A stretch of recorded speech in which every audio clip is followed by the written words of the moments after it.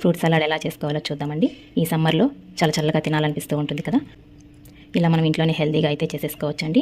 ఇలా చేసుకొని ఫ్రిడ్జ్లో కానీ స్టోర్ చేసి పెట్టుకున్నామంటే అప్పుడప్పుడు తినడానికి కూడా చాలా బాగుంటుంది అండ్ ఈజీగా అయితే చేసేసుకోవచ్చు. మనకు నచ్చిన ఫ్రూట్స్ ఏవైనా కూడా తీసుకోవచ్చు. ఈ ఫ్రూట్స్ అన్నీ కూడా కట్ చేసి పక్కన పెట్టుకుందాం. ముందుగా ఒక బౌల్ తీసుకుందామండి. నెక్స్ట్ అందులోకి 2 టేబుల్ స్పూన్ల కస్టర్డ్ పౌడర్ తీసుకుంటున్నాను.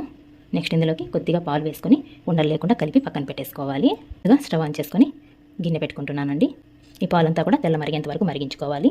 చూడండి, ఇలా అంతా కూడా తెల్ల మరుగుతున్నాయి కదా. నెక్స్ట్ ఇందులోకి 3 టేబుల్ స్పూన్ల షుగర్ వేసుకుంటున్నాను.